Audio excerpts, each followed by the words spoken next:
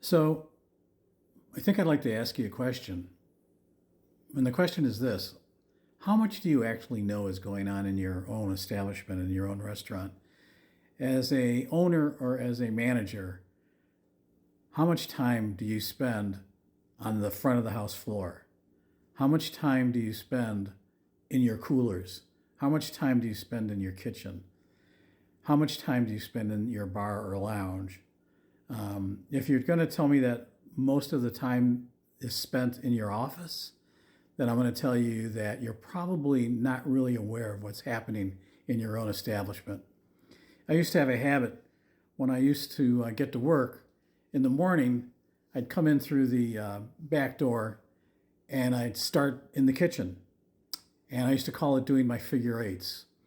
And I would walk through the kitchen and I would make sure I said good morning to every single person that was there: dishwasher, porter, chefs, line cooks, prep cooks, everybody. I made sure everyone was addressed and everyone was greeted with a friendly good morning. I would then head to the freezer, walk into the freezer, take a look what was there, see how things were being stored, were they being stored properly, was product out of its package and onto the shelf so you could actually see what the product was. From there, you go to dry storage. Is dry storage being stored properly? Are there cases of food on the floor rather than broken out of the case and put up on the shelf? From there, you move into the cooler. If you pull a case of lettuce off the shelf, is it a cardboard case that the lettuce came in, and when you pull it, there's only one head of lettuce in there? Is that really a smart way to do things? Or would it be a lot better off if you had Cambro containers in your walk-in cooler? So everything that came in got pulled out of its original container or box, put into a Cambro container, so you could actually see what you had. Our products pulled forward so that people can see and get to easily. Our products being rotated. Doesn't take forever to do this, by the way. If you have a good eye, you can see these things within probably 15 minutes. You just need to see. You need to know. You need to understand how product is being held, how it's being handled, how it's being stored, and if it's being rotated properly. Next thing I would do is I'd stop and talk to whoever the lead person was at that point. If it's in the morning, I'm talking to my executive chef. What's on the menu this week, chef? How are we looking? What's the product look like? What challenges do you have? How can I help you? And listen to what he has to say and make sure that if he does have a concern, you address it and you address it quickly. Next thing I would do is I would head out of the kitchen and I'd move into the dining room. How does the dining room look after a busy night? Is everything put back in place? Are the floors clean? Are the tables reset properly? Does the silverware shine? Does the glassware have smudges?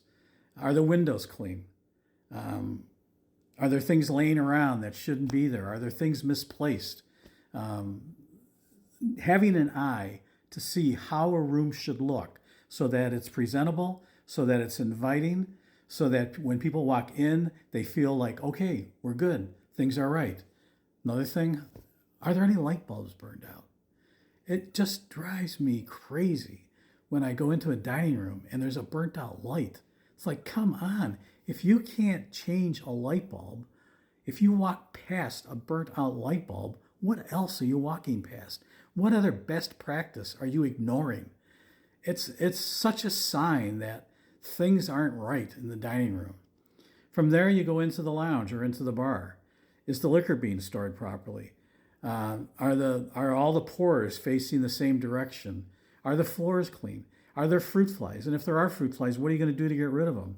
Why are there fruit flies, by the way? There shouldn't be fruit flies if you're doing proper maintenance and proper cleaning.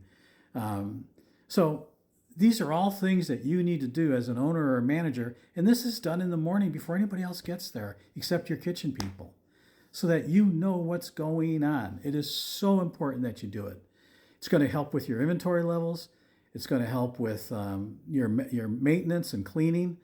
It's going to help you understand better how motivated your front of the house is, how motivated your back of the house is, and hopefully it'll give you enough information so that if changes need to be made, you can make them.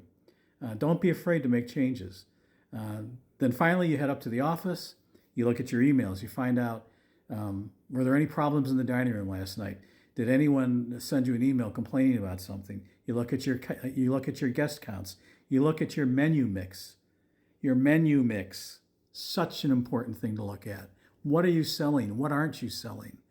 If you're not selling appetizers, why aren't you selling appetizers? If you're not selling desserts, why aren't you selling desserts? Are you training your wait staff to suggestively sell? And by that I mean, are you training your wait staff to sell something with a in a suggestive fashion? For example, server walks up to a table and says, "Folks, I just want you to know I tried some of the appetizers we have tonight. Chef was kind enough to share them with us. And I got to tell you, the calamari is great, soup of the day is great, and I really thought the avocado egg rolls were fantastic. Which of these three appetizers would you like?" By selling it that way, you're not asking them a yes or no question. You're making them make a choice. So train your staff to sell. If every table in your dining room can produce another $5 in revenue every night, and there's 20 tables in your dining room, and you turn them 1.5 times, guess what? That's $150 a night. And if you're open for 6 nights, that's $900 a week. And I don't know, I guess that adds up to about $55,000. $50,000 to $55,000. You need $50,000 to $55,000. That important to you? I think it is. So anyway, that's it. I'm off on a tangent here. Hope you're well, and hope to see you soon.